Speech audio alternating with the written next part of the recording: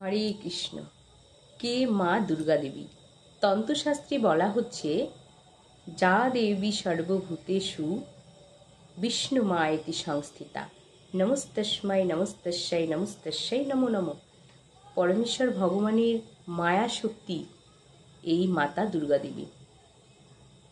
আমাদের এই জগতের দায়িত্ব মাতা দুর্গা দেবীকে পরমেশ্বর ভগবান দিয়েছে।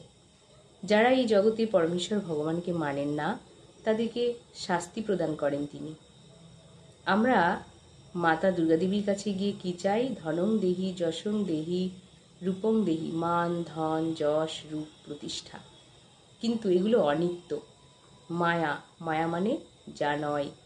তাই অনিত্য কিছু না চেয়ে এই বৈষ্ণবী মাতার কাছে চাওয়া উচিত যে, হে বৈষ্ণবী মাতা, আপনি আমাকে আশীর্বাদ প্রদান করুন, আমি যেন পরমেশ্বর ভগবানের কৃপায় তার সেবায় নিয়োজিত হতে পারি।